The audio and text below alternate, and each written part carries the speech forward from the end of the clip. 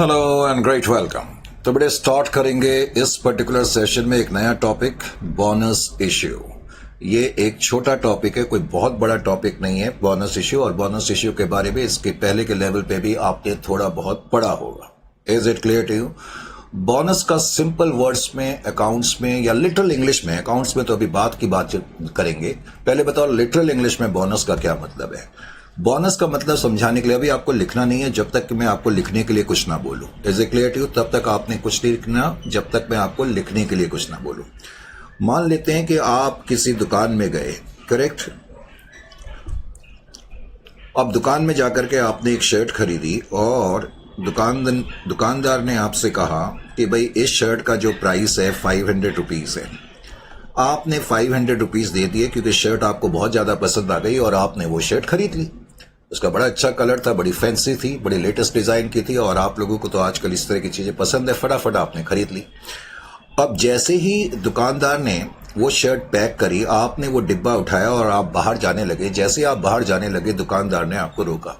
उसने कहा sir please, actually हमारी एक पॉलिसी चल रही है कि हम एक शर्ट के साथ एक शर्ट फ्री में दे रहे हैं। Oh my God! जैसे ही आपने देखा दुकानदार ने आपसे ये कहा तो आपके चेहरे पर 360 डिग्री की स्माइल आ गई। वो आनी थी। आप तो ये सोच रहे थे कि 500 रुपीज देकर के हमें एक ही शर्ट मिलेगी, लेकिन यहां तो 500 रुपीज आपने दिए, आपको एक शर्ट मिल भी गई और उसके अलावा एक शर्ट और फ्री में मिल गई। यानी कि एक तरीके से ये आपको कुछ बेनिफिट मिल गया, जिसको हम टेक्निकली बोल सकते हैं कुछ एक्स्ट्रा अमाउंट, आपको कुछ एक्स्ट्रा आपको चीज मिल गई। यही बोनस का लिटरल इंग्लिश में मतलब होता है, something extra. Is it clear to you? Something extra which benefits you. ये तो मैंने लिटरल इंग्लिश में इसका मतलब बताया। अब हम आते हैं अकाउंटिंग एस्पेक्ट्स पर। तो अकाउंट्स में क्या है, जैसे कि एक कंपनी है, मान लेते एक कंपनी है और ऑफ कोर्स इस कंपनी के शेयर होल्डर्स भी होंगे। तो कभी कभी कंपनी क्या करती है, कुछ कारणों की वजह से, वो कारण क्या होंगे मैं अपने आप बाद में खुद बताऊंगा, अभी आपने लिखना कुछ नहीं है। तो कभी कभी कंपनी अपने शेयर होल्डर्स को शेयर्स फ्री में दे देती है। ओ माय गॉड सर, ऐसा भी होता है? बिल्कुल ऐसा भी होता है। तो कंपनी जो है शेयर्स फ्री में शेयर होल्डर्स को दे रही है। अब बताओ, अगर कोई कंपनी शेयर्स फ्री में शेयर होल्डर्स को देगी तो क्या शेयर होल्डर्स उसके लिए कुछ पे करेंगे? ऑफ कोर्स पे नहीं करेंगे, क्योंकि पे करेंगे तो फिर ये फ्री में कहां से होंगे। तो हम बाद में देखेंगे कि बोनस इश्यू का सिंपल वर्ड्स में मतलब ही ये होता है, issuance of shares to its shareholders या among its shareholders without making them to pay for the same, यानी कि उसके लिए शेयर होल्डर को कुछ पे नहीं करना पड़ता। अब आपके जहन में एक बात आएगी, लेकिन वो बात आने से पहले मैं आपको ये बात कहूं, सपोज इस कंपनी ने 10,000 शेयर्स और मान लेते हैं कि कंपनी का एक शेयर 10 रुपए का है। मान लेते हैं कि इस कंपनी ने 10,000 शेयर फ्री में अपने शेयर होल्डर्स के दरमियान बांट दिए। अब कंपनी ने 10,000 शेयर अपने शेयर होल्डर्स के दरमियान बांटे, तो बताओ कंपनी की एंट्री क्या होगी। चलो मैं और सिंपल कर देता हूं। सपोज कोई कंपनी है, अगर उसने 10,000 शेयर 10 रुपए वाले मार्केट में इश्यू करे होते, तब आप क्या एंट्री लिखते? सर हम बताते फटाफट, ये एंट्री भी आप क्या हमसे पूछ रहे हो? आपने हमको नालायक समझ रहे हो? नहीं, मैं तुमसे एंट्री पूछ रहा हूं। Bank account debit to share capital account. जाहिर है मुझसे पहले और मुझसे कहीं ज्यादा फास्ट आप ये एंट्री करके मुझे बता देते और अमाउंट भी आप बता देते। सर फटाफट लिख दो bank account debit to share capital. लेकिन ऐसा तब होता अगर कंपनी ने ये शेयर पब्लिक को इश्यू करे होते और कंपनी के पास उस केस में पैसा आता, तो कंपनी बैंक अकाउंट को डेबिट करती। लेकिन अब की बार क्या कंपनी के पास पैसा आएगा अगर कंपनी ये शेयर फ्री में या बोनस शेयर्स के रूप में इश्यू करे? तो पहले तो मैं तुम्हें यहां बोनस शेयर, कई बच्चों को तो लगता है बोनस भी किसी शेयर का नाम है, जैसे इक्विटी शेयर, प्रेफरेंस शेयर्स होते हैं, ऑर्डिनरी शेयर्स होते हैं। तो कई बच्चों को लगता है बोनस शेयर भी किसी कैटेगरी का नाम है। नहीं, बोनस शेयर का मतलब होता है इक्विटी शेयर। पहले तो इस बात को समझे। पहले तो सबसे बड़ा डाउट मैं तुम्हारा यहां क्लियर कर देता हूं कि बोनस शेयर का मतलब इक्विटी शेयर्स होता है, करेक्ट। इसका मतलब बोनस शेयर्स का मतलब वो इक्विटी शेयर्स जो फ्री में इश्यू करे जा रहे हैं, जो फ्री में इश्यू करे जा रहे हैं, ये बस मतलब है। बोनस शेयर का मतलब जो फ्रीली इश्यू करे जा रहे हैं कंपनी के द्वारा। अब ऐसा कंपनी क्यों करती है, किस लिए करती है, उसकी क्या वजह होती है, या कंपनी को क्या फायदा या क्या नुकसान होता है, इसकी चर्चा मैं खुद ही करूंगा। आपको कुछ पूछने की जरूरत नहीं, चिंता मत करें, आपके तमाम क्वेश्चंस का आंसर आपको मिलेगा। अब मेन पॉइंट जो मैं आपसे पूछना चाह रहा हूं, सपोज इस कंपनी ने 10,000 शेयर 10 रुपए वाले जब मैं कहूं शेयर्स, तो जब तक मैं कुछ और ना बोलूं तो उसका मतलब इक्विटी शेयर ही होगा। तो इस कंपनी ने 10,000 इक्विटी शेयर अपने शेयर होल्डर्स में बांटे, फ्री में ये शेयर दिए। अब जाहिर है कि कंपनी जब भी शेयर इशू करती है तो कंपनी की शेयर कैपिटल तो बढ़ेगी, इसमें तो कोई डाउट नहीं, क्योंकि जब हम शेयर इशू करेंगे तो शेयर्स बाहर कंपनी के जाएंगे और कंपनी की शेयर कैपिटल बढ़ जाती है, क्रेडिट होती है। Any increase in capital must be credited. तो शेयर कैपिटल को तो हम क्रेडिट करेंगे, लेकिन हम डेबिट में क्या लिखेंगे? डेबिट में हमें उस केस में कैश तो मिलेगा नहीं, तो कंपनी क्या लिखेगी? Entry reserves account debit, reserves account debit to share capital account. अब reserves account debit to share capital का मतलब क्या है? क्योंकि आप लोगों को तो ये शेयर फ्री में मिल गए, आपको इसके लिए कुछ पे तो करना नहीं पड़ा, तो इसका मतलब है कि कंपनी ने आपकी तरफ से अपने रिजर्व्स का इस्तेमाल कर लिया। क्योंकि आपने तो कुछ पे नहीं करा, तो कंपनी ने अपने रिजर्व्स का ये इस्तेमाल कर लिया, ये इसका मतलब है। अब आपने नोट एक और चीज करी। बहुत से बच्चों को ये छोटी छोटी चीजें मालूम नहीं होती, तो सबसे बड़ी चीज तो पहले तो ये समझना, जब भी कोई कंपनी बोनस इश्यू करती है, नंबर 1 कंपनी की शेयर कैपिटल तो बढ़ेगी, इसमें तो कोई डाउट नहीं है, लेकिन कंपनी के रिजर्व्स नंबर 2 कम होंगे, कंपनी के खुद के रिजर्व्स कम हो जाएंगे। Is it clear to you? अच्छा जी, अब ध्यान ये भी रखना, जब मैं ये एंट्री कर रहा हूं reserves account debit to share capital, कई बच्चे इन चीजों पे ध्यान नहीं रखते, और आप प्रोफेशनल स्टूडेंट हैं, इन चीजों का ध्यान रखना चाहिए। देखो, जब कंपनी ने अपने रिजर्व्स का इस्तेमाल करा, मान लेते हैं कंपनी की बैलेंस शीट में रिजर्व्स में 5 लाख रुपए थे, करेक्ट, और कंपनी ने उसमें से 1 लाख रुपए का इस्तेमाल कर लिया, तो कंपनी के रिजर्व्स कम हो जाएंगे। मान लेते हैं कंपनी के रिजर्व्स में 5 लाख थे, अब 1 लाख का इस्तेमाल हो गया, तो कंपनी की बैलेंस शीट में जो 5 लाख के रिजर्व्स थे वो 4 लाख के नजर आएंगे। तो और 1 लाख का रिजर्व कहां चला गया? ये 1 लाख का जो रिजर्व आपने यहां से रिजर्व से निकाला, इनडायरेक्टली वो अब कैपिटल का हिस्सा बन गया। बात समझ में आई? जब हम ये एंट्री कर रहे हैं reserves account debit to share capital, इसका मतलब आपके रिजर्व्स तो कम हो रहे हैं, but that reserve has now become a part of capital. इसीलिए बोनस इश्यू को कैपिटलाइजेशन भी कहा जाता है, कैपिटलाइजेशन ऑफ रिजर्व भी कहा जाता है। बहुत बच्चों को ये पता नहीं होता। मैंने कहा भी आपको कुछ लिखना नहीं है, मैं बाद में खुद थियोरेटिकल नोट लिखाऊंगा। बोनस इश्यू को हम कैपिटलाइजेशन ऑफ प्रॉफिट क्यों कहते हैं? कैपिटलाइजेशन ऑफ प्रॉफिट्स, देखो अकाउंट्स में प्रॉफिट्स का मतलब रिजर्व्स भी होता है, क्योंकि जितने भी रिजर्व्स वगैरह बनते हैं सब प्रॉफिट से ही बनते हैं। Is it clear to you?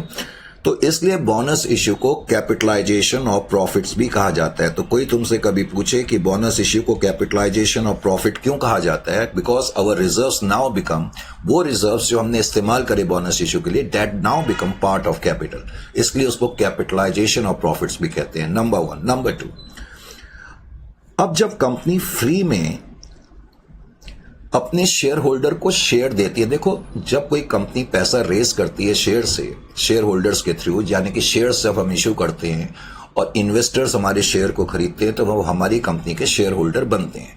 अब इन्वेस्टर जब हमारी कंपनी में पैसा लगाएंगे तो वो हमारी कंपनी से कुछ एक्सपेक्ट करते हैं, और आपको मालूम है कि कंपनी जनरली अपने शेयर होल्डर्स को क्या देती है? डिविडेंड देती है। अरे देती है या नहीं देती, ये सब चीजें तो मालूम होनी चाहिए, छोटी छोटी चीजें भी मुझे बतानी पड़ेंगी। अपने शेयर होल्डर्स को कंपनी डिविडेंड देती है। अब कोई कंपनी अगर अपने शेयर होल्डर्स को डिविडेंड देगी तो कंपनी की एंट्री होगी dividend account debit to bank account, और ऑफ कोर्स जितना डिविडेंड हमने देना है उसके लिए हमें पहले प्रॉफिट से पैसा भी निकालना पड़ता है, जिसके लिए हम एंट्री लिखते हैं profit and loss account debit to propose dividend account. कहने का मतलब यह है कि जब कंपनी डिविडेंड देगी तो 2 चीजें होती हैं, एक तो कंपनी का प्रॉफिट कम होता है और कंपनी का कैश बैलेंस भी कम हो जाता है। क्योंकि अगर मैं दोनों एंट्री को काट दूं तो डिविडेंड कट जाएगा, एंट्री हो गई profit and loss account debit to dividend account. यानी कि नॉर्मली जब कंपनी अपने शेयर होल्डर को डिविडेंड देती है तो कंपनी का प्रॉफिट भी कम होता है और डिविडेंड भी कम होता है। अब जब मैं देखो शेयर होल्डर को कोई भी बेनिफिट कंपनी की तरफ से मिले तो शेयर होल्डर तो उसमें खुश होंगे ही होंगे।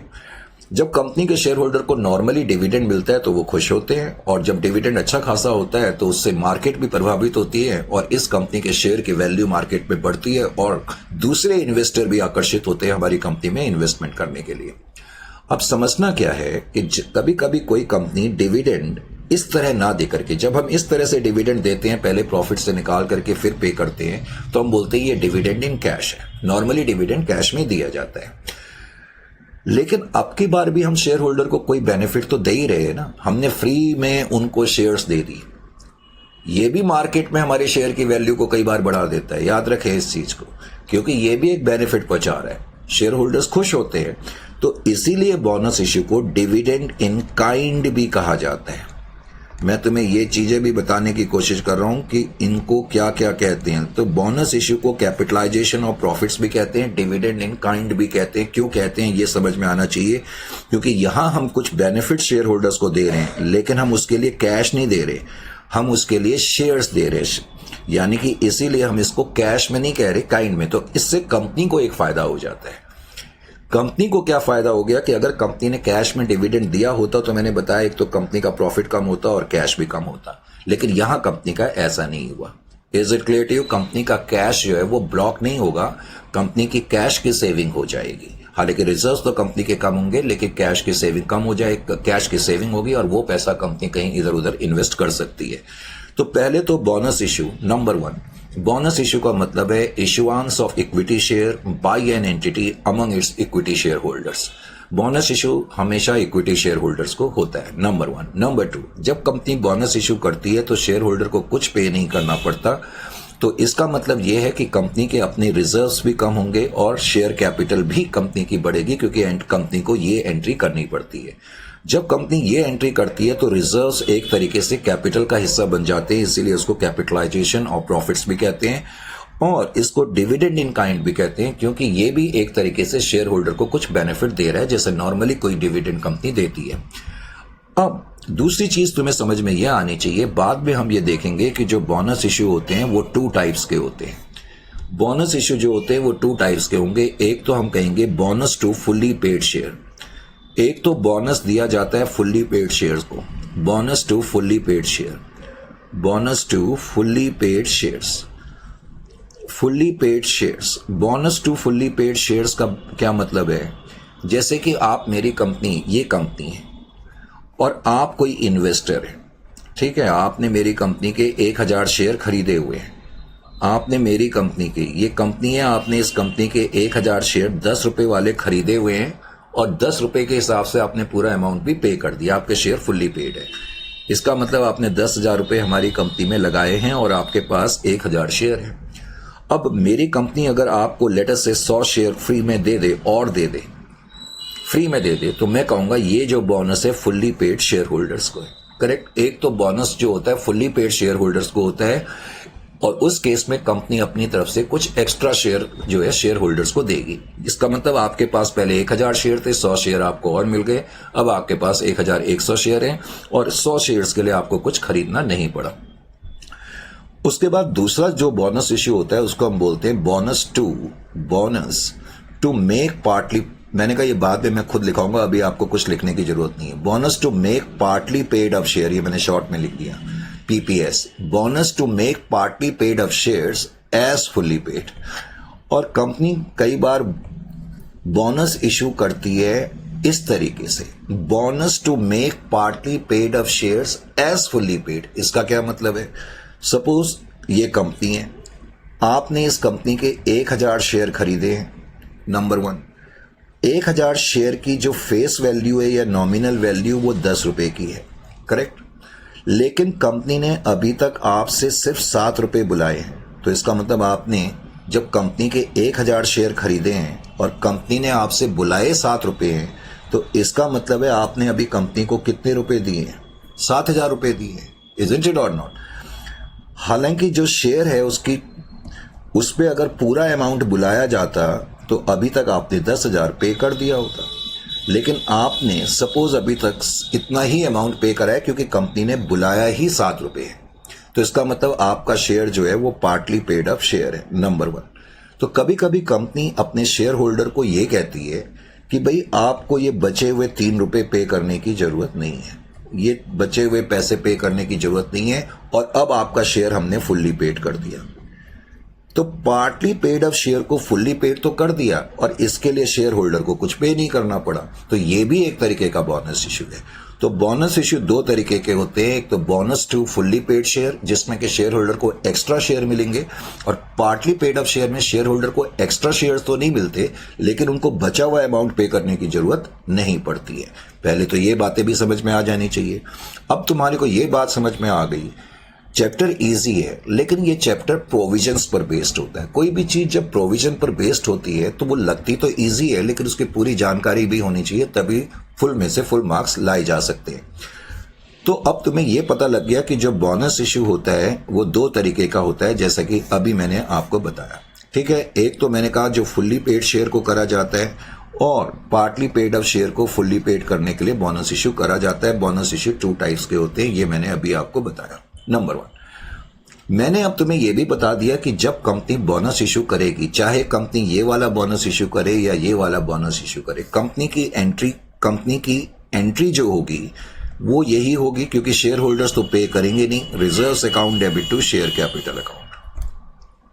कंपनी की एंट्री जो होगी वो ये होगी, चाहे company fully paid share issue करे, चाहे कंपनी जो है पार्टली पेड ऑफ शेयर को फुल्ली पेड करे।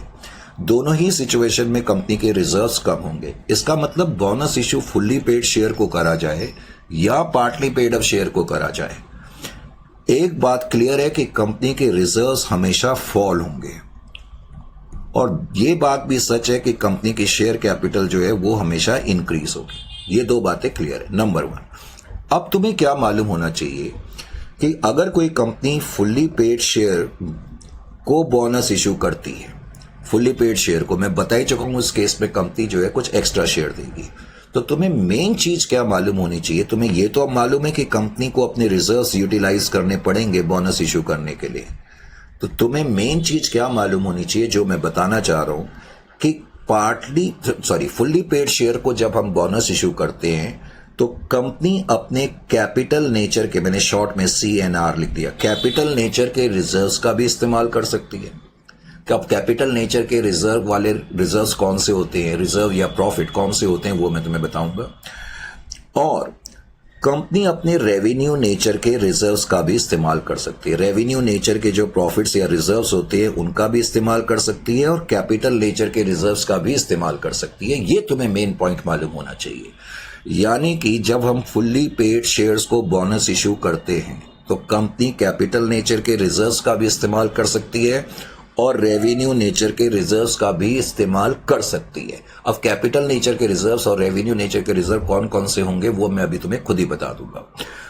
और कंपनी जब पार्टली पेड ऑफ शेयर को फुल्ली पेड करने के लिए बोनस इशू करती है तो डेफिनेटली कंपनी, इसमें भी मैं बता ही चुका हूं, अपने रिजर्व्स का इस्तेमाल करेगी, इसमें तो कोई डाउट नहीं है। लेकिन यहां पर कंपनी केवल रेवेन्यू नेचर के रिजर्व्स का ही इस्तेमाल कर सकती है, केवल रेवेन्यू नेचर के रिजर्व्स का ही इस्तेमाल कर सकती है। ये पॉइंट आपको समझ में आना चाहिए। Correct, partly paid of share को जब बोनस इशू करा जाएगा तो कंपनी केवल रेवेन्यू नेचर के रिजर्व्स के थ्रू कर सकती है, लेकिन जब फुल्ली पेड शेयर को बोनस इशू करा जाता है तो वो कैपिटल नेचर के रिजर्व्स के थ्रू भी करा जा सकता है, रेवेन्यू नेचर के रिजर्व्स के थ्रू भी करा जा सकता है। अब यहां पर मैं एक पॉइंट आपको बता, वैसे बाद में मैं तुम्हें बताऊंगा कैपिटल नेचर के रिजर्व जैसे सिक्योरिटी प्रीमियम है, रेवेन्यू नेचर का रिजर्व जैसे प्रॉफिट और लॉस अकाउंट, जनरल रिजर्व वगैरह। अभी मैं खूब लंबी चौड़ी लिस्ट लिखा दूंगा, चिंता मत करें। लेकिन मैं जो मेन पॉइंट बताना चाह रहा हूं, बेटे बहुत से बच्चों को पता नहीं होता कि, और ये इस लेवल पे तुम्हें पता होना बहुत जरूरी है ताकि तुम कोई भी मिस्टेक क्वेश्चन में ना करो, क्योंकि 4 या 5 मार्क का एक क्वेश्चन इसमें से आता है। वो लगता तो बच्चों को बहुत इजी है, लेकिन फिर भी उनके मार्क्स पूरे नहीं आ पाते क्योंकि उन्होंने कोई वायलेशन करा होता है रूल का, और वो मैं अब तुम्हें बता रहा हूं कि इस तरह की गलती आपसे नहीं होनी चाहिए। अब मैंने अभी अभी कहा कि जो रिजर्व्स हैं, पार्टली पेड ऑफ शेयर को जब हम बोनस इशू करेंगे केवल रेवेन्यू नेचर के रिजर्व जैसे प्रॉफिट और लॉस अकाउंट, जनरल रिजर्व वगैरह, इनसे कर सकते हैं। और फुल्ली पेड शेयर को जब हम बोनस इशू करते हैं तो कैपिटल नेचर के रिजर्व जैसे सिक्योरिटी प्रीमियम है, कैपिटल रिडम्पशन रिजर्व है, शेयर फोरफीटेड बैलेंस है, प्रॉफिट प्रायर टू इनकॉर्पोरेशन है, ये सब कैपिटल नेचर के रिजर्व है, और रेवेन्यू नेचर के रिजर्व से भी कर सकते हैं।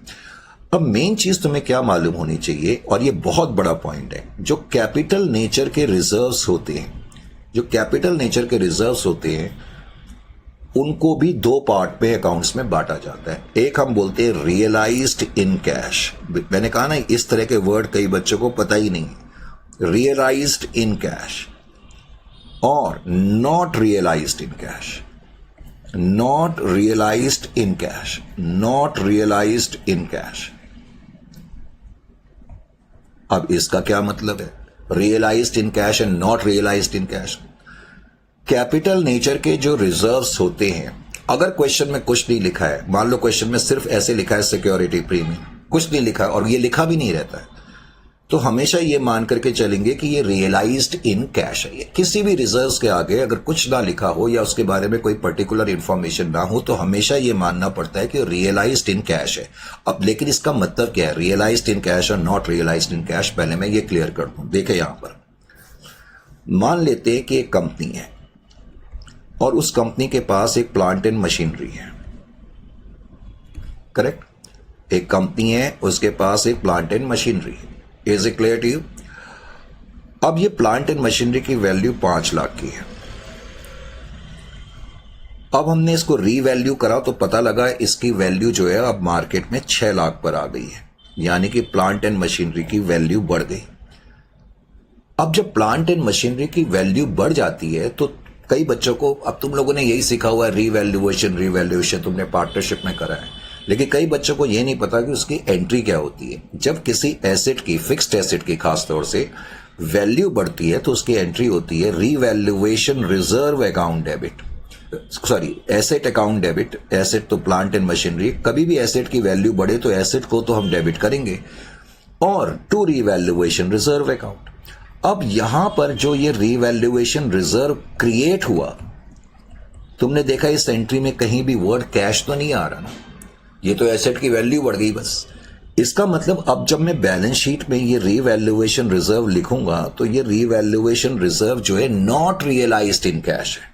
ये नॉट रियलाइज्ड इन कैश है क्योंकि इसके अगेंस्ट कोई कैश नहीं आया। पहले तो ये नॉट रियलाइज्ड इन कैश का मतलब अच्छी तरह समझ लें। और देखें, सपोज मान लेते कोई कंपनी है, उसने 1000 शेयर, करेक्ट, 1000 शेयर, और मान लेते हैं सिंप्लिसिटी के लिए 10 रुपए का एक शेयर है।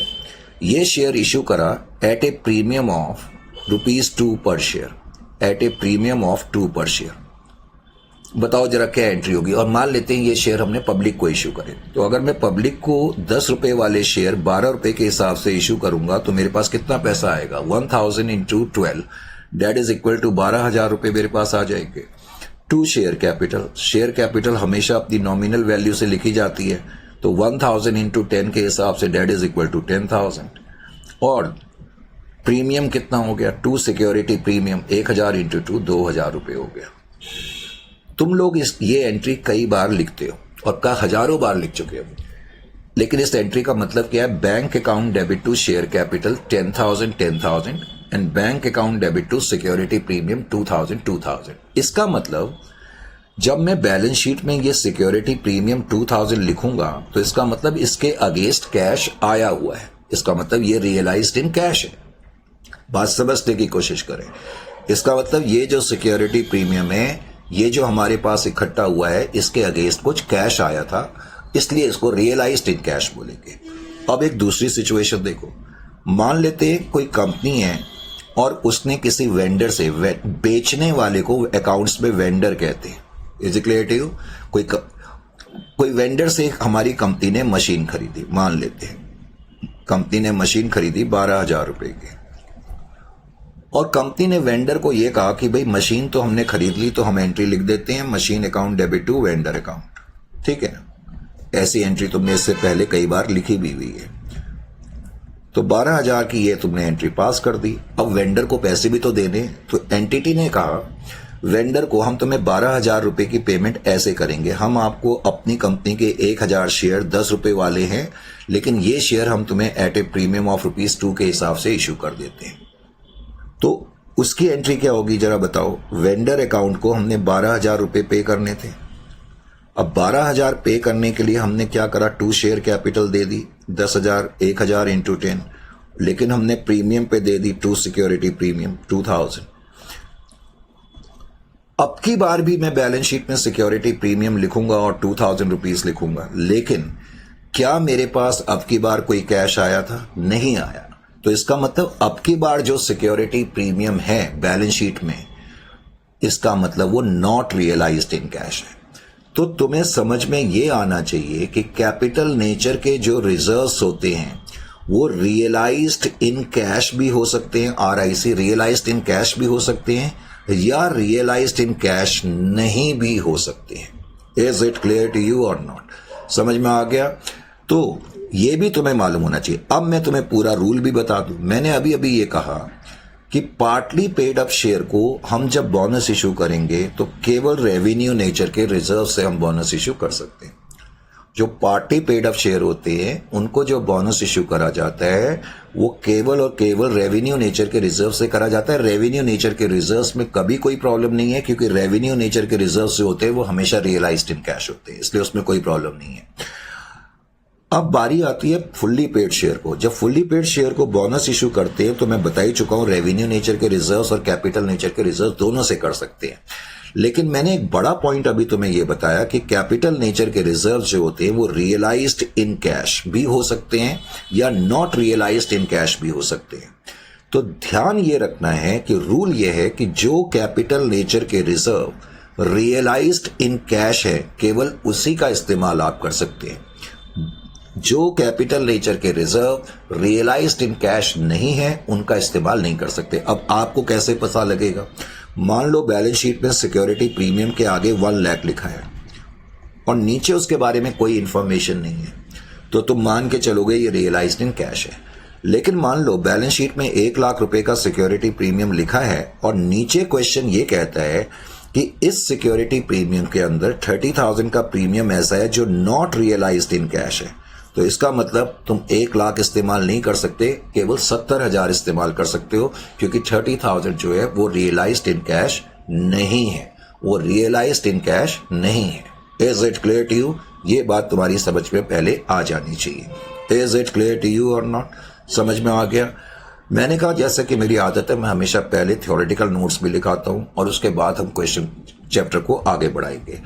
तो इस नॉर्मल डिस्कशन के बाद अभी मैं आपको थ्योरेटिकल नोट पहले लिखाऊंगा और उसके बाद फिर हम क्या बोलते हैं कुछ डेमो भी कर करके देखेंगे और इसको समझने की कोशिश करेंगे। ये मैंने अभी तुम्हें एक हल्का सा ओवरव्यू दिया। 5 मिनट के बाद अभी क्लास को हम कंटिन्यू रखेंगे। क्लास अभी जारी है।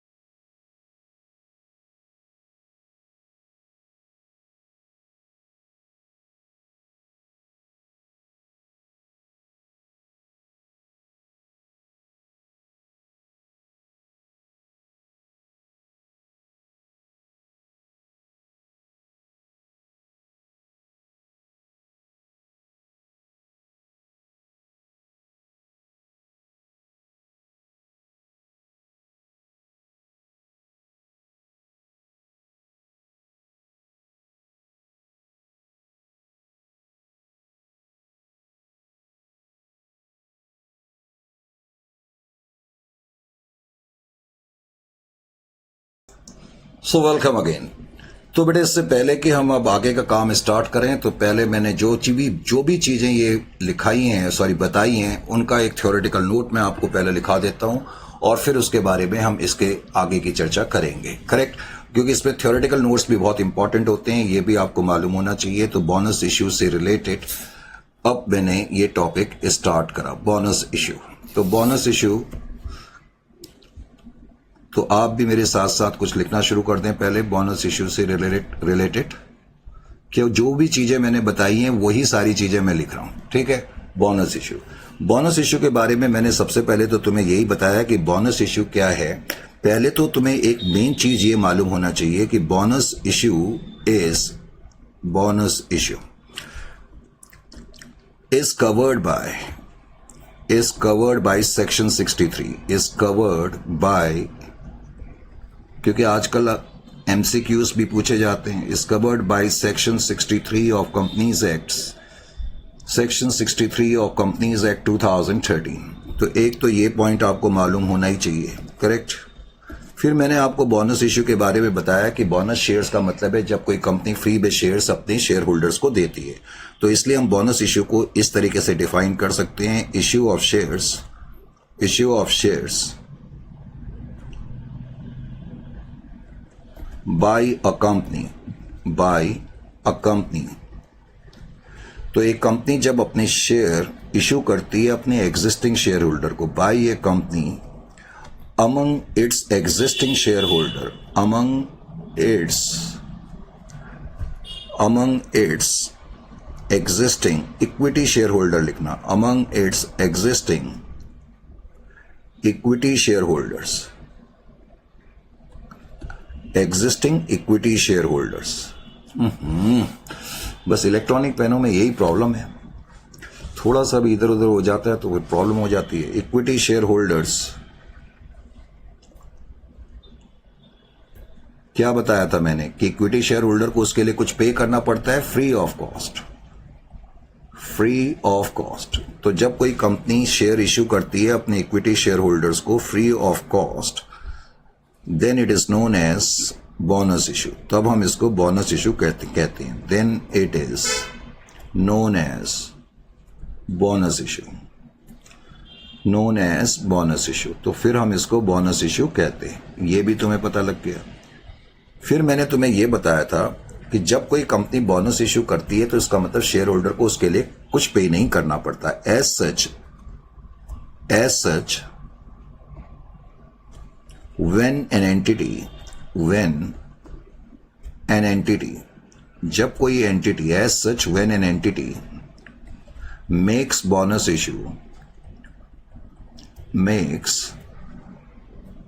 issue, तो जब कोई कंपनी बोनस इश्यू करती है तो शेयर होल्डर्स को कुछ पे नहीं करना पड़ता। Share holders are not required to pay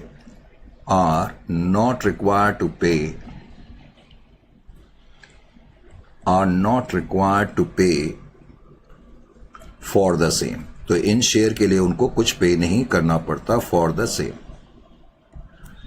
खैर, ये जो डेफिनेशन है और ये जो मैंने लिखा है ये तकरीबन एक ही चीज है। इंपॉर्टेंट चीज ये है कि जब कोई कंपनी बोनस इश्यू करती है तो कंपनी के रिजर्व्स कम होते हैं और शेयर कैपिटल बढ़ती है। तो when bonus issue is made,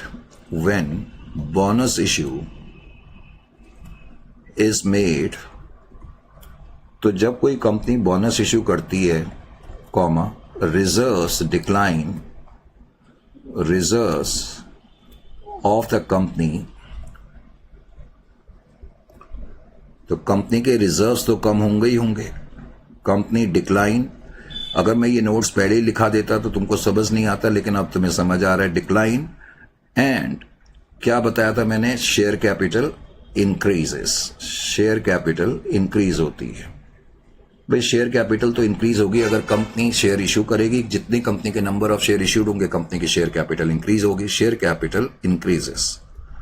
फिर मैंने ये भी बताया था कि जब कंपनी बोनस इश्यू करती है तो उसकी entry reserves account debit to share capital होती है।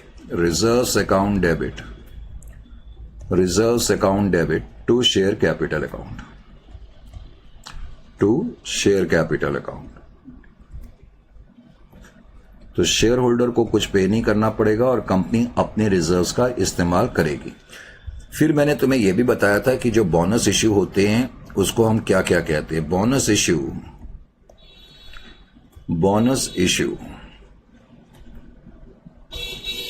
is also known as क्या बताया था मैंने इसके बारे में? known as मैंने बताया था जब बोनस इश्यू होता है तो उसको हम कैपिटलाइजेशन ऑफ प्रॉफिट भी कहते हैं, known as capitalisation of profit, capitalisation of profits. और क्यों कहते हैं ये भी मैंने बताया था, कैपिटलाइजेशन ऑफ प्रॉफिट्स, उसको हम कैपिटलाइजेशन ऑफ प्रॉफिट्स भी कहते हैं। क्यों कहते हैं? एज जो रिजर्व्स होते हैं वो कैपिटल का पार्ट बन जाते हैं, as reserves become part of capital, become part of capital. ये सब चीजें थ्योरेटिकल नोट्स के लिए इंपॉर्टेंट हैं, इसलिए लिख लें, तुम्हें कुछ और अलग से थ्योरी पढ़ने की जरूरत नहीं है। Is it clear to you? उसके बाद फिर मैंने यह भी बताया था कि बोनस इश्यू को हम कई बार डिविडेंड इन काइंड भी कह देते हैं। Bonus issue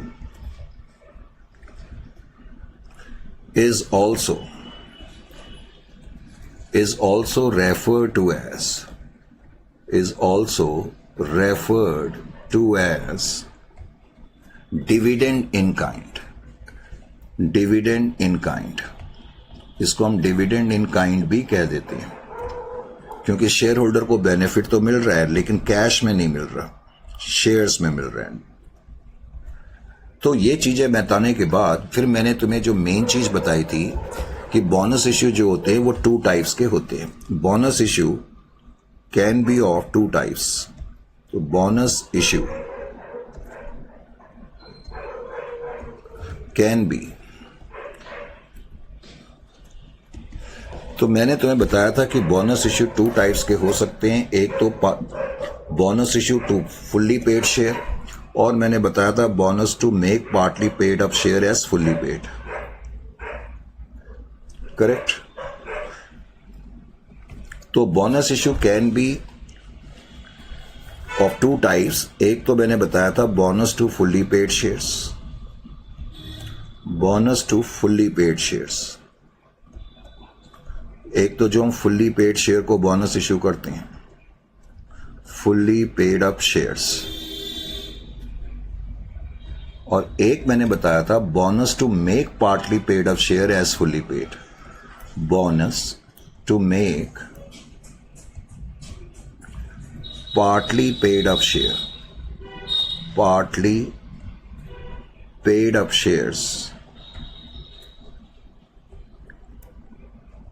as fully paid, as fully paid। तो पार्टली पेड अप शेयर को फुल्ली पेड करने के लिए भी बोनस इश्यू करा जा सकता है, तो लेकिन उनको पे नहीं करना पड़ता, तो इसलिए ये भी बोनस इश्यू है। ये 2 पॉइंट मैंने बताए थे। उसके बाद मैंने क्या बताया था कि एंटिटी जो है वो यूटिलाइज तो कर सकती है अपने रिजर्व, कैपिटल नेचर के रिजर्व भी और रेवेन्यू नेचर के रिजर्व्स भी, जहां तक फुल्ली पेड का सवाल है। entity can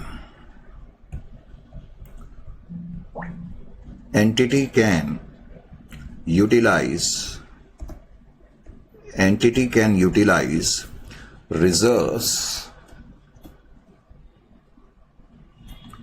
entity can utilize reserves both capital nature as well as revenue nature, capital nature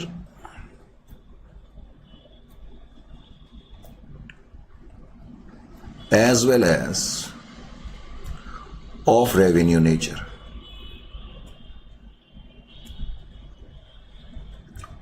of revenue nature। तो कंपनी जब फुल्ली पेड शेयर को बोनस इश्यू करती है तो कैपिटल नेचर के रिजर्व और रेवेन्यू नेचर के रिजर्व इस्तेमाल कर सकती है, correct? For the purpose of for the purpose of bonus to fully paid share, bonus to fully paid up share.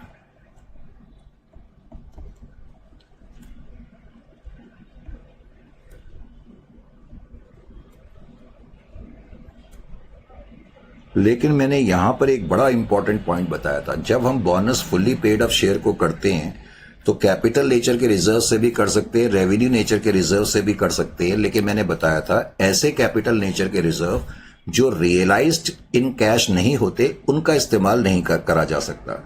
वो मैं यहां पर लिख भी देता हूं। It is important to note, it is important to note that only such capital nature reserve, मैंने अब शॉर्ट में लिख दिया CNR, capital nature reserve. It is important to note that only such capital nature reserves can be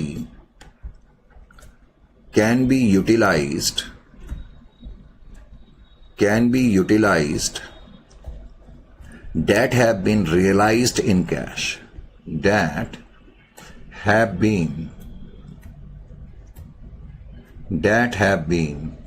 realized in cash, जो कि cash में realise हुए हैं, उन्हीं कैपिटल नेचर का इस्तेमाल करा जा सकता है। ये तो रही बात फुल्ली पेड की। फिर मैंने तुम्हें यह भी बताया था, जहां तक सवाल है पार्टली पेड अप को फुल्ली पेड अप करने के लिए, वहां हम सिर्फ रेवेन्यू नेचर के रिजर्व इस्तेमाल कर सकते हैं। However bonus to make partly paid up share, PPS में जब भी लिखूं तो इसका मतलब पार्टली पेड अप शेयर होगा। However, bonus to make partly paid up shares as fully paid,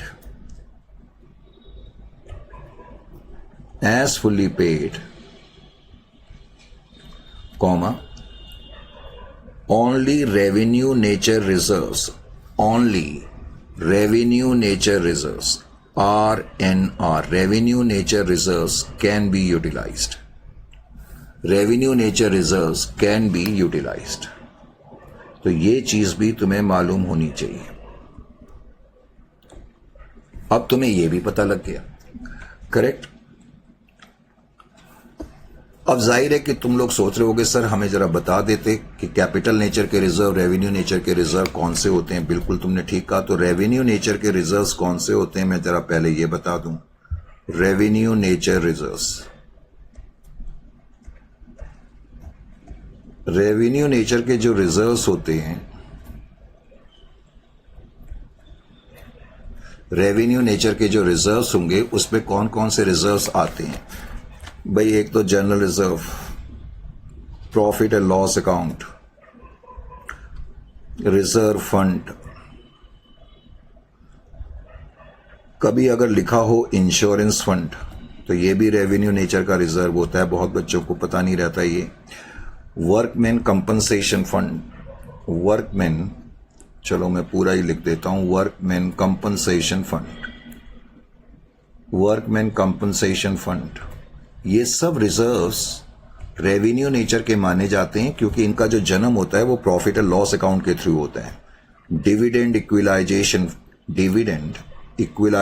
fund, बहुत सी कंपनी अपने प्रॉफिट का कुछ हिस्सा जो है डिविडेंड इक्विलाइजेशन फंड में डाल देती हैं कि अगर किसी साल प्रॉफिट कम भी हो जाए तो हमें डिविडेंड पे करने में प्रॉब्लम ना आए। डिविडेंड इक्विलाइजेशन फंड, कभी क्वेश्चन में लिखा हो सिंकिंग फंड, तो ये सब जो है रेवेन्यू नेचर के रिजर्व्स हैं। Sinking fund, is it clear to you? ये सब रेवेन्यू नेचर के रिजर्व है। रेवेन्यू नेचर के रिजर्व हमेशा रियलाइज्ड इन कैश होते हैं, उसमें कोई प्रॉब्लम की बात नहीं है। अब है कैपिटल नेचर रिजर्व। अब जहां तक कैपिटल नेचर के रिजर्व्स का सवाल है, कैपिटल नेचर रिजर्व्स,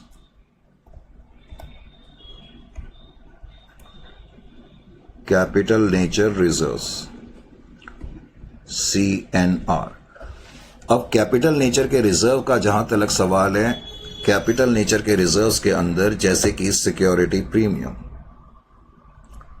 तो सिक्योरिटी प्रीमियम जैसे कि कभी क्वेश्चन में लिखा रहता है कैपिटल रिजर्व, जैसे कि आप एंट्री करते थे, याद है इश्यू ऑफ शेयर कैपिटल में, share forfeited account debit to capital reserve, या फिर कभी लिखा हो capital redemption reserve, redemption of preference share capital में हमने कैपिटल रिडम्पशन रिजर्व की बहुत चर्चा करी थी। कैपिटल रिडम्पशन रिजर्व ये भी कैपिटल नेचर का रिजर्व होता है।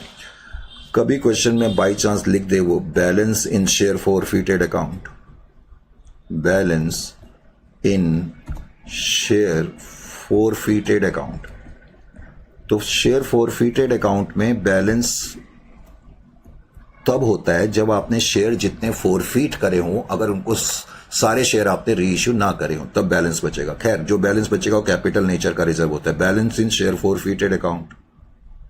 और कभी लिखा हो प्रॉफिट प्रायर टू इनकॉर्पोरेशन,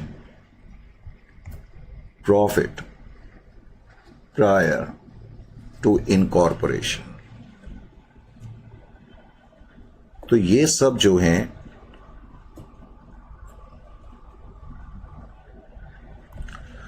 समझ में आया। अब एक चीज इंपॉर्टेंट है, कुछ अब हमने रिजर्व्स के बारे में पढ़ा तो हमें यह भी मालूम होना चाहिए कि कुछ ऐसे रिजर्व्स होते हैं जिनका बोनस इश्यू के लिए इस्तेमाल नहीं करा जा सकता। फॉलोइंग टाइप्स ऑफ रिजर्व्स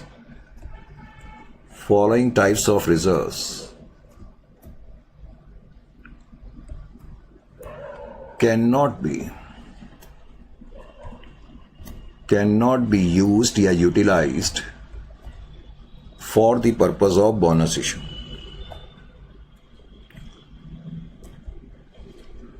तो कुछ रिजर्व्स ऐसे होते हैं जिनका आप इस्तेमाल नहीं कर सकते for the purpose of bonus issue के लिए। अब वो कौन कौन से होते हैं? अब सारी रिजर्व्स की जानकारी अच्छी होनी जरूरी है। मैंने कहा बहुत सारे एमसीक्यू इसमें से पूछे जाते हैं, ये चीज का ध्यान रखें। एक तो हम कहते हैं capital nature reserves, capital nature बोल दिया मैंने। एक तो मैंने कहा स्टैट्यूटरी रिजर्व्स। अब ये स्टैट्यूटरी रिजर्व्स क्या होते हैं? नाम से ही पता लग रहा है। स्टैट्यूटरी रिजर्व्स का मतलब ऐसे रिजर्व्स जो कोई कंपनी बनाती है कानूनी दबाव की वजह से, या कानूनी दबाव या कानूनी प्रेशर के तहत। करेक्ट। जैसे बहुत सी कंपनी है जो नोटिफाइड जोन्स में काम करती हैं। नोटिफाइड जोन्स हैं जैसे क्या बोलते हैं, आप ये कह लो सॉफ्टवेयर पार्क्स हैं, फॉरेन ट्रेड जोन्स हैं, फ्री ट्रेड जोन्स हैं। करेक्ट। तो कुछ कंपनी जो ये नोटिफाइड जोन्स में काम करती है ना, उनके ऊपर गवर्नमेंट का प्रेशर रहता है कि आपको अपने प्रॉफिट का कुछ हिस्सा इन रिजर्व्स में डालना पड़ता है। स्टैट्यूटरी रिजर्व्स के अंदर जैसे इन्वेस्टमेंट अलाउंस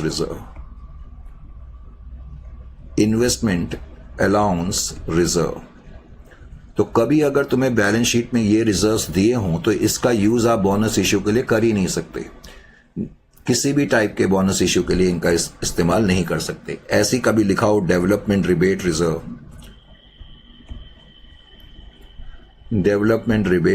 रिजर्व, तो इसका भी यूज हम नहीं कर सकते। इसी तरह से कभी लिखा हो foreign project reserve account, foreign project reserve account. Foreign project reserve account को एक्सपोर्ट सरप्लस भी कहते हैं। करेक्ट। लिखना है तो आप लिख लेना। एक तो स्टैट्यूटरी रिजर्व्स का आप इस्तेमाल नहीं कर सकते। दूसरा स्पेसिफिक रिजर्व्स जो ये टर्म होती है ना, इसको हम प्रोविजंस भी कहते हैं। स्पेसिफिक रिजर्व्स का मतलब ऐसे रिजर्व्स जो पर्टिकुलरली किसी ना किसी एसेट के अगेंस्ट बनते हैं। भाई जैसे प्रोविजन फॉर डाउटफुल डेट्स है, तो प्रोविजन फॉर डाउटफुल डेट्स तुम्हें मालूम है कि ये स्पेसिफिकली डेटर्स के खिलाफ बनता है। Provision for doubtful debts D/D, doubtful debts. ऐसे ही कभी प्रोविजन फॉर डेप्रिसिएशन, तुम्हें मालूम है प्रोविजन फॉर डेप्रिसिएशन पर्टिकुलरली किसी एक पर्टिकुलर एसेट के लिए बनता है। इसी तरीके से कभी लिखा हो प्रोविजन फॉर इन्वेस्टमेंट्स या कुछ भी लिखा हो प्रोविजन, तो समझ जाना कि वो स्पेसिफिक रिजर्व है। तो सिंपल वर्ड्स में आपको थोड़ी ये जानकारी इसलिए मैं दे रहा हूं कि कई बार बैलेंस शीट में अगर इस तरह के रिजर्व हो तो उसका इस्तेमाल आप बोनस इशू के लिए नहीं कर सकते। Is it clear to you? अब इतना करने के बाद मैंने एक छोटी सी डेमोन्स्ट्रेशन तुम्हें कराई। छोटी तो खैर क्या कराई, पहले भी तुम्हें मालूम है मैं डेमो कराता हूं, फिर हम क्वेश्चन में आएंगे। तो मैंने ये डेमोन्स्ट्रेशन अब स्टार्ट करी। एक डेमोन्स्ट्रेशन प्रॉब्लम लिखी, आप भी फटाफट मेरे साथ साथ लिख लें। तो बैलेंस शीट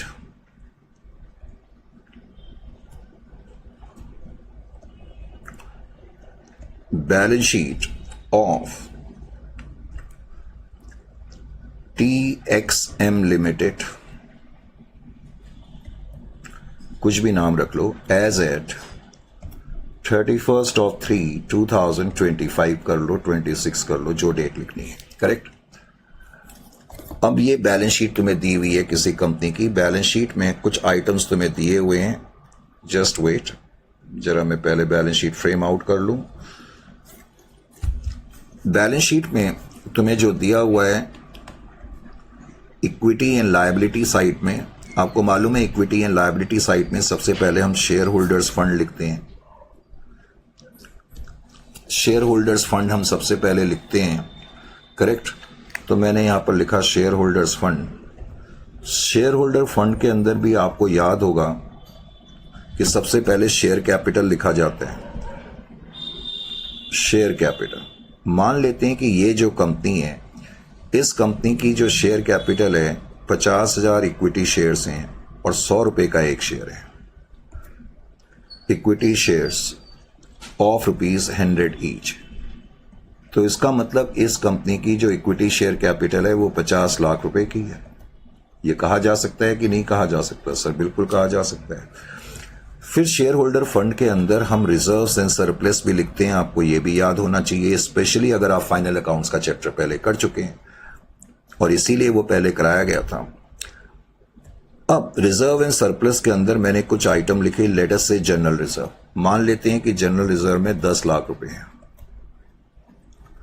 फिर profit and loss account, profit and loss account जो है वो भी 10 लाख रुपए मैंने लिख दिए। कुछ भी फिगर लिख लो, मैं तो डेमोन्स्ट्रेशन बना रहा हूं। Insurance fund, insurance fund account में मान लेते हैं केवल 1 लाख रुपए हैं। फिर मैंने इसमें लिखा डिविडेंड इक्विलाइजेशन फंड, और डिविडेंड इक्विलाइजेशन फंड में मैंने लिखा 4 लाख। 4 लाख। करेक्ट। कुछ और आइटम भी मैंने जानबूझ करके तुम्हें लिखा है ताकि तुम्हारे को थोड़ा क्लैरिटी ज्यादा आ जाए। उसके अलावा मैंने लिखा है सिक्योरिटी प्रीमियम। सिक्योरिटी प्रीमियम में मैंने लिखा है 10 लाख रुपए। करेक्ट। उसके बाद मैंने लिखा कैपिटल रिजर्व, और कैपिटल रिजर्व में मैंने लिखाया 5 लाख रुपए। और उसके अलावा मैंने लिखाया कैपिटल रिडम्पशन रिजर्व, उसमें मैंने 10 लाख रुपए लिखा है। मैंने तुम्हें सिर्फ बैलेंस शीट का एक टुकड़ा बना करके दिया है, ठीक है। बैलेंस, या चलो पूरी बैलेंस शीट ही बना दूं। आप लोगों को ये भी रहता है सर पूरी बना दो, चलो तुम कहते हो तो पूरी बना देते हैं। कुछ और आइटम फिर मैंने रिजर्व एंड सरप्लस के बाद फिर मैंने लिखा नॉन करेंट लायबिलिटी। चलो नॉन करेंट लायबिलिटी मान लेते हैं कि 70 लाख की है, 70 लाख लिखती है, तुम भी क्या याद रखोगे। फिर मैंने करंट लायबिलिटी भी लिख दी। करंट लायबिलिटी 30 लाख की है। करेक्ट। तो ये टोटल जो आ जाएगा 200 लाख आ जाएगा। ठीक है जी। उसके अलावा फिर मेरे को अब एसेट साइड भी आपकी वजह से बनानी पड़ रही है, नहीं तो मेरा इरादा तो सिर्फ लायबिलिटी का ही था बनाने का। अब एसेट साइड को भी मुझे 200 लाख तक लाना है, तो मैंने इसमें अंदर लिखा पहले तो non current asset. Non current assets के अंदर अब लिखना ही पड़ता है प्रॉपर्टी प्लांट एंड इक्विपमेंट। तो मान लेते हैं property plant and equipment 150 lakh के हैं, ज़्यादा आइटम एसेट साइड में नहीं लिखा है। फिर मैंने लिखा करंट एसेट, और करंट एसेट के अंदर मैंने 50 लाख लिख दिया। तो एसेट साइड में मैंने यही आइटम लिखे 200 लाख। ठीक है जी। जो आज का हमने डिस्कशन करा ना, थोड़ा सा उसको इस डिमॉन्स्ट्रेशन के थ्रू अच्छी तरह समझ लें। और ये छोटा क्वेश्चन नहीं लिख रहा मैं, आगे ये भी लिखो, ऑन दिस डेट। ये अगर मैं ये 2 डेमो ही तुम्हें करा दूं तो पूरा चैप्टर ही तुम्हारा समझ लो खत्म है। On this date directors decide, इस तरह से तुम्हें एग्जामिनेशन में लिखा हुआ आएगा। On this date directors decided या decide to make a bonus issue. तो डायरेक्टर्स ने डिसाइड करा कि हम बोनस इशू देंगे, और तुम्हें अधिकतर क्वेश्चन में इस तरीके से लिखा होगा, on this date director decided to make a bonus issue in the ratio of. अब इसको भी ध्यान से समझना पड़ता है, इन द रेशियो ऑफ 3:5। अब ये 3:5 का मतलब क्या है? सपोज आप मेरी कंपनी के शेयर होल्डर हैं, अगर आपके पास 5 शेयर हैं तो हमारी कंपनी आपको 3 शेयर बोनस के रूप में देगी। इसका ये मतलब है हर 5 को 3 शेयर दिए जा रहे हैं। अब कुछ और इंफॉर्मेशन भी मैंने दी, ऑल्सो गिवन। मान लेते हैं कि तुम्हें यह भी दिया हुआ है। क्या दिया हुआ है? ए, capital reserve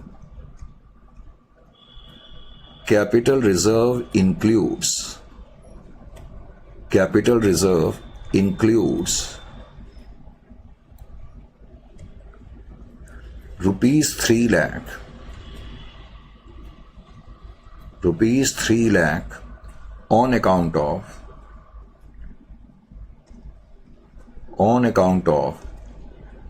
increase in value of property, plant and machinery.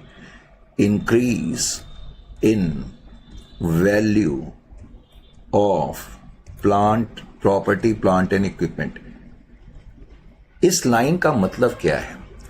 इस लाइन का मतलब है कि जो तुम्हारा ये कैपिटल रिजर्व में बैलेंस है 5 लाख रुपए, ये नीचे की इंफॉर्मेशन से मुझे ये पता लग गया कि ये जो 5 लाख रुपए हैं, इसके अंदर 3 लाख रुपए का रिजर्व इसलिए क्रिएट हुआ है क्योंकि किसी एसेट की वैल्यू बढ़ गई।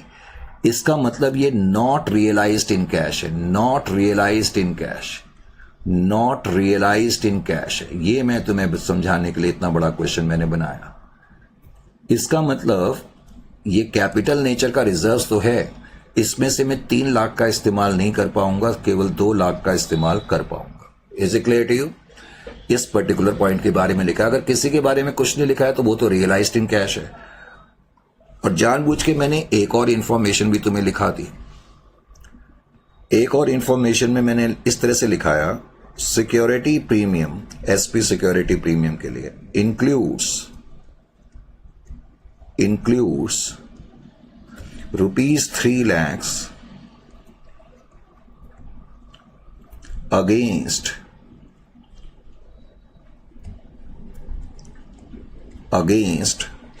shares issued to vendors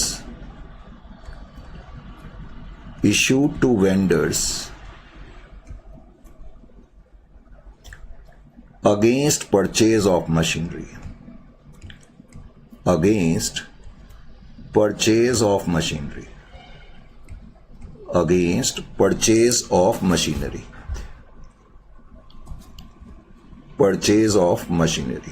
बताओ इस लाइन का क्या मतलब निकला? और क्वेश्चन भी चलो यहीं तक है।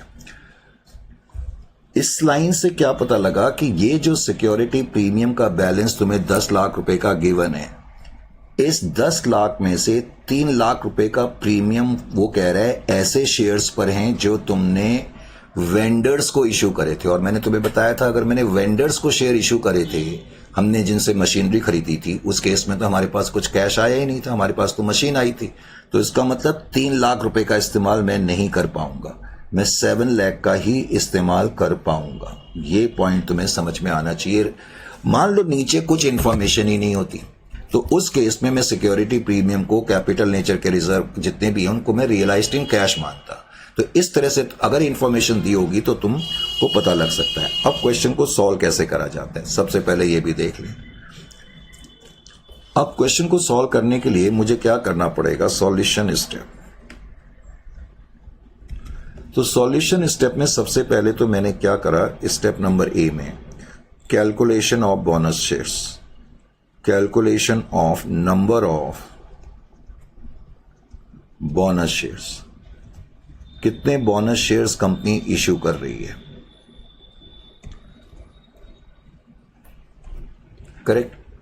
सर ये कैसे पता लगेगा कौन से टाइप का बोनस इशू है? भाई बड़ी सिंपल सी बात है, मैंने लिखा 50,000 इक्विटी शेयर्स ऑफ 100 ईच, ये सारे शेयर फुल्ली पेड हैं, तो इसका मतलब फुल्ली पेड शेयर को बोनस इशू हो रहा है। और कभी भी ये फ्रैक्शन दी होगी तो समझ जाना हमेशा फुल्ली पेड शेयर को बोनस इशू हो रहा है। कैलकुलेशन ऑफ बोनस शेयर्स, इसके लिए तुम्हें क्या क्या देखना पड़ेगा, पहले तो तुम ये देखो तुम्हारे नंबर ऑफ इक्विटी शेयर्स कितने हैं। नंबर ऑफ इक्विटी शेयर तुम्हारी कंपनी ने जो इशू करे हुए हैं टोटल 50,000 शेयर इशू करे। फिर तुम्हें यह देखना पड़ेगा बोनस रेशियो कितना है। बोनस रेशियो सर दिया हुआ है 3:5। 3:5 का क्या मतलब होता है, इसका मतलब है अगर आपके पास 5 शेयर हैं तो आपको 3 शेयर बोनस के रूप में फ्री में मिलेंगे। तो अब बोनस शेयर कैसे कंप्यूट करेंगे, बोनस शेयर का मतलब कितने इक्विटी शेयर कंपनी फ्री में दे रही है। बोनस शेयर का मतलब जो इक्विटी शेयर फ्री में दिए जा रहे हैं। समझाने के लिए मैंने ऐसे बताया, सपोज आपके पास 5 शेयर हैं तो इसका मतलब आपको 3 शेयर फ्री में मिल रहे हैं कि नहीं। और सपोज आपके पास 50,000 शेयर हैं, क्योंकि इस कंपनी के टोटल शेयर 50,000 हैं, सपोज सारे 50,000 शेयर आपके पास हैं, तो उस केस में कंपनी कितने बोनस शेयर इशू करेगी, that is 50,000 into 3 divided by 5। इसका मतलब तुम डायरेक्टली ऐसे भी कंप्यूट कर सकते हो।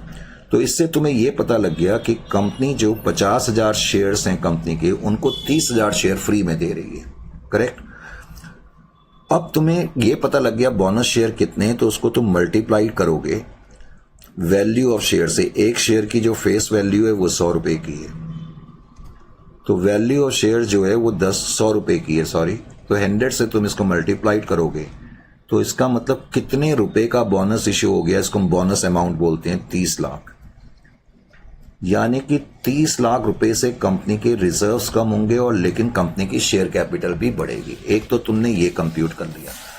अब मैंने ये तुम्हें बताया था, तुम्हें ये पता करना पड़ेगा, हालांकि तुम्हें इतने स्टेप की जरूरत नहीं है, ये तो पहला क्वेश्चन है, मैं इसे समझाने के लिए इतना बता रहा हूं। बी, यूटिलाइजेशन ऑफ रिजर्व्स, जरा अच्छी तो तुम्हारे को समझ में आ जाए, इस पर्पस के लिए कराया जा रहा है।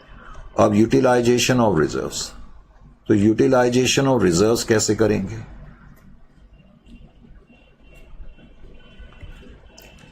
अब पहले तो ये जो बोनस इश्यू है किसको करा जा रहा है, सर ये bonus issue fully paid share को करा जा रहा है।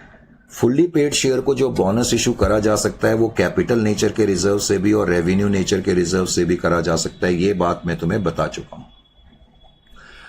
अब मुझे अपने रिजर्व से 30 लाख रुपए निकालने हैं, तो ध्यान ये रखना कभी भी जब bonus issue fully paid share को करा जाए, बिकॉज उसमें हम कैपिटल नेचर के रिजर्व और रेवेन्यू नेचर के रिजर्व दोनों का इस्तेमाल कर सकते हैं, तो प्राथमिकता जो देनी है वो कैपिटल नेचर के रिजर्व्स को देनी है। यानी कि आपकी कोशिश ये होनी चाहिए कि पहले आप कैपिटल नेचर के रिजर्व्स का इस्तेमाल करें। मैं कहना क्या चाह रहा हूं, फॉर एग्जांपल सबसे पहले आपकी कोशिश होनी चाहिए कि आप सिक्योरिटी प्रीमियम का इस्तेमाल करें। तो हमने देखा सिक्योरिटी प्रीमियम में कितना बैलेंस है तो 10 लाख रुपए का बैलेंस, लेकिन हम 3 लाख इस्तेमाल नहीं कर सकते क्योंकि वो रियलाइज्ड इन कैश नहीं है, मैं केवल 7 लाख का इस्तेमाल कर सकता हूं। तो सिक्योरिटी प्रीमियम से मैं 7 लाख रुपीस का बैलेंस ले सकता हूं। आपकी कोशिश ये होनी चाहिए पहले नंबर पे आप सिक्योरिटी प्रीमियम का इस्तेमाल करें। जब भी आप बोनस इशू करेंगे फुल्ली पेड शेयर को, तो पहले आपकी कोशिश होनी चाहिए कि आप सिक्योरिटी प्रीमियम का इस्तेमाल करें। दूसरे नंबर पर आपको हमेशा ट्राई करना है या यूज करना है कैपिटल रिडम्पशन रिजर्व। ये ऑर्डर का ध्यान रखना पड़ेगा, कम से कम पहले 2 ऑर्डर का। कैपिटल रिडम्पशन रिजर्व में जो बैलेंस है वो 10 लाख रुपए का बैलेंस है और वो सारा रियलाइज्ड इन कैश है। तो मुझे 30 लाख रुपए चाहिए, 17 लाख रुपए का तो इंतजाम हो गया इन दोनों रिजर्व से, करेक्ट। फिर मैंने कैपिटल रिजर्व से पैसा ले लिया। कैपिटल रिजर्व में जो बैलेंस है 5 लाख है, लेकिन हम 5 लाख में से 3 लाख यूज नहीं कर सकते क्योंकि रियलाइज्ड इन कैश नहीं है, 2 लाख यूज कर सकते हैं। तो इसका मतलब अभी तक टोटल यूटिलाइजेशन कितना हो गया, 19 लाख, और हमें चाहिए 30 लाख। इसका मतलब 11 लाख रुपए अभी भी और चाहिए। अब कैपिटल नेचर के रिजर्व्स खत्म हो गए, तो अब तुम्हें रेवेन्यू नेचर के रिजर्व इस्तेमाल करने पड़ेंगे। रेवेन्यू नेचर के रिजर्व में आपकी मर्जी है, कोई भी रिजर्व आप यूज कर सकते हो, जिसको मर्जी पहले ले सकते हो। तो जनरल रिजर्व्स में कितना बैलेंस है, लेट अस से मैंने जनरल रिजर्व से लिया, तो जनरल ये सब रेवेन्यू नेचर के रिजर्व हैं, पहले जो ये रेवेन्यू नेचर के रिजर्व हैं। तो 10 लाख रुपए मैंने जनरल रिजर्व से ले लिए। अभी भी मुझे 1 लाख की और जरूरत है, क्योंकि अब टोटल हो गया 29 लाख। अब मुझे 1 लाख की ही जरूरत है, तो 1 लाख मैंने प्रॉफिट एंड लॉस अकाउंट से ले लिए। तो इस तरीके से मुझे टोटल 30 लाख चाहिए। तो मैंने 30 लाख का जो 30 लाख के लिए मैंने जो इंतजाम करा रिजर्व्स का, कुछ कैपिटल नेचर के रिजर्व से, कुछ रेवेन्यू नेचर के रिजर्व से। मैंने इंपॉर्टेंट चीज आपको ये बताई, कैपिटल नेचर के रिजर्व्स में एक तो जो नॉट रियलाइज्ड इन कैश है उनका यूज नहीं कर सकते, केवल जो रियलाइज्ड इन कैश है उन्हीं का यूज कर सकते हैं। अब बेसिकली एग्जामिनेशन में तुमसे एंट्री पूछी जाती है और कुछ नहीं पूछा जाता कि यानी कि ये क्वेश्चन दे देंगे और बोलेंगे पास एंट्री, तो इसलिए 4 मार्क का ही क्वेश्चन तुम्हारे को पूछा जाता है। लेकिन मुझे तो आपको समझाना भी था। तो अब जब मैं एंट्री करूंगा, तो मैंने बताया था एंट्री होगी रिजर्व्स टू शेयर कैपिटल। तो कौन कौन से रिजर्व आपने इस्तेमाल करे उनको आप डेबिट कर देंगे। Security premium account debit 7 lakh rupees, ये 7 लाख। फिर capital redemption reserve account debit, capital redemption reserve account को भी आप डेबिट करेंगे 10 लाख। फिर कैपिटल रिजर्व का आपने इस्तेमाल करा, उसको भी डेबिट करेंगे 2 लाख कि नहीं। फिर उसके बाद जनरल रिजर्व को आप डेबिट करेंगे, general reserve account debit. General reserve का आपने कितना इस्तेमाल करा सर, 10 लाख रुपए का इस्तेमाल करा। जनरल रिजर्व से भी 10 लाख रुपए लिए है ना, तो 10 लाख। और फाइनली हमने प्रॉफिट एंड लॉस अकाउंट से सिर्फ 1 लाख का इस्तेमाल करा, तो प्रॉफिट एंड लॉस अकाउंट से 1 लाख। तो रिजर्व्स अकाउंट डेबिट 30 लाख। फिर मैंने लिखा 2 शेयर कैपिटल। अब ये जो शेयर कैपिटल हमने लिखी, इसके आगे तुम ब्रैकेट में बोनस भी लिख सकते हो, यानी कि ये जो इक्विटी शेयर आपने इश्यू करे बोनस के रूप में इश्यू करें। तो 30 लाख वर्थ के आपने बोनस शेयर इश्यू करे। तो यूटिलाइजेशन ऑफ रिजर्व, ये आपको एंट्री करनी पड़ती है, बस ये काम करना पड़ता है। चौथा काम मैं करके दिखा, मतलब मेन स्टेप एक तो ये है, बस यही आपसे पूछा जाएगा और कुछ नहीं। और वैसे मैंने, जैसे कि मेरी आदत है, मैं कुछ एक्स्ट्रा बताता रहता हूं, मैंने यहां पर एक बैलेंस शीट भी आपको बना दी, post bonus issue balance sheet. Bonus issue के बाद की बैलेंस शीट भी मैंने तुम्हें बना के दिखा दी, post bonus issue balance sheet. अब post bonus issue balance sheet जब मैं बनाऊंगा,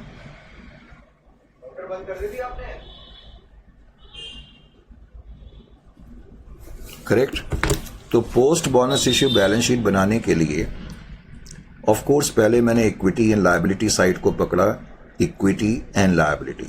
उसके अंदर हम पहले तो लिखते हैं 1 शेयर होल्डर्स फंड, और शेयर होल्डर फंड के अंदर भी हम लिखते हैं पहले शेयर कैपिटल। अब जो हमारी शेयर कैपिटल है, ध्यान से देखें, जब मैंने आपको बैलेंस शीट ये बनाई थी शुरू में, तो मैंने बताया था हमारे total equity share capital 50 lakh की है। अभी अभी तुमने ये एंट्री करी, एंट्री तो एक ही करी है, तो शेयर कैपिटल 30 लाख से क्रेडिट हो गई। तो इसका मतलब 30 लाख से क्रेडिट हो गई, तो इसका मतलब अब मेरी शेयर कैपिटल में 80 लाख रुपीस का बैलेंस है। मैंने कहा ना, हमारी शेयर कैपिटल बढ़ जाती है बोनस इशू की वजह से, शेयर कैपिटल बढ़ गई। दूसरी चीज, रिजर्व्स एंड सरप्लस। अब रिजर्व एंड सरप्लस की क्या कहानी है, देखो जनरल रिजर्व अकाउंट में तुम्हारे 10 लाख रुपए थे पहले, ओरिजिनल बैलेंस शीट जो मैंने बनाई, लेकिन मैंने 10 लाख यूज कर लिए, डेबिट कर दिए, तो जनरल रिजर्व का बैलेंस 0 हो गया। प्रॉफिट एंड लॉस अकाउंट में भी 10 लाख रुपए थे, लेकिन 1 लाख हमने डेबिट कर लिए, तो इसका मतलब प्रॉफिट एंड लॉस अकाउंट में केवल 9 लाख रुपए का बैलेंस है। प्रॉफिट एंड लॉस अकाउंट में 9 लाख रुपए का बैलेंस है। इंश्योरेंस फंड में 1 लाख थे और अभी भी 1 लाख बचेंगे क्योंकि मैंने उसका इस्तेमाल ही नहीं करा। और फिर हमारे पास डिविडेंड इक्विलाइजेशन फंड, मैंने शॉर्ट में लिख दिया DEF। डिविडेंड इक्विलाइजेशन फंड में मैंने कितना अमाउंट लिखाया था, मैं ही भूल गया, शायद 4 लाख लिखाया था। डिविडेंड इक्विलाइजेशन फंड में 4 लाख थे, तो उसका भी हमने कोई इस्तेमाल नहीं करा, तो उसमें 4 लाख का बैलेंस बचेगा। उसके अलावा जो हमारा सिक्योरिटी प्रीमियम था उसमें 10 लाख रुपए थे, लेकिन हमने 7 लाख यूटिलाइज करे। 3 लाख हमने इसलिए यूटिलाइज नहीं करे क्योंकि वो नॉट रियलाइज्ड इन कैश थे, तो 3 लाख रुपए का बैलेंस इसमें बचेगा। इसी तरह से कैपिटल रिजर्व में 5 लाख थे, हमने 2 लाख यूज करें, तो 3 लाख रुपए का बैलेंस इसमें बचेगा। और उसके अलावा कैपिटल रिडम्पशन रिजर्व में कोई बैलेंस नहीं बचेगा क्योंकि हमने सारा कैपिटल रिडम्पशन रिजर्व यूज कर लिया। तो आप अपने रिजर्व्स का टोटल करेंगे तो 20 लाख तो ये आ जाएगा। तो आपकी रिजर्व्स की पोजीशन भी आपके सामने आ गई, यानी कि बोनस इशू के बाद ये पोजीशन है आपके रिजर्व्स की, करेक्ट। उसके अलावा मैंने आपको कुछ और आइटम आपके कहने पर लिखा दिए थे, तो मैं बैलेंस शीट फिर पूरी कर देता हूं। उसके अलावा दूसरा आइटम मैंने नॉन करेंट लायबिलिटी लिखाया था, उसमें कोई चेंज नहीं है, तो वो 70 लाख आप वैसे ही लिख देंगे। वह फर्क तो रिजर्व्स में और शेयर कैपिटल में ही पड़ेगा, बाकी में तो कुछ चेंज नहीं आएगा। Current liability 30 lakh. आपने नोट क्या करा, पहले भी आपका टोटल 200 लाख था और अभी भी 200 लाख है। भाई कोई फर्क थोड़ी पड़ा, जितने से आपके रिजर्व्स कम हुए उतने से आपकी कैपिटल बढ़ गई, तो इसलिए टोटल में कोई फर्क नहीं आ रहा। एसेट साइड, एसेट में मैंने 2 ही आइटम लिखाए थे, non current asset. Non current asset के अंदर property plant and equipment. Property plant and equipment मैंने लिखाई थी 150 lakh. 150 lakh. Is it clear to you? उसके अलावा नॉन करेंट एसेट के अलावा फिर मैंने इसमें लिखा करंट एसेट। करंट एसेट में मैंने 50 लाख की फिगर लिखाई थी। तो इस तरीके से इसमें करना पड़ता है। मेन आपको एंट्री ही करनी होगी, 4 मार्क का क्वेश्चन होता है, करेक्ट। उससे ज्यादा तुम्हारे लेवल पे इसमें पूछा नहीं जाता, लेकिन तुमको मालूम है हम थोड़ा सा डेप्थ में कराते हैं। अब आज के इस पर्टिकुलर सेशन को हम यहीं फिनिश करेंगे, फिर एक डेमो हम और लेंगे नेक्स्ट सेशन में पार्टली पेड अप शेयर से, और उसके बाद फिर हम क्वेश्चंस को कर लेंगे। तो कोई मुश्किल बात नहीं है। तो ठीक है, आज के इस सेशन के लिए इतना काफी है, फिर मिलते हैं नेक्स्ट सेशन में। टिल देन टाइम टू से गुड बाय।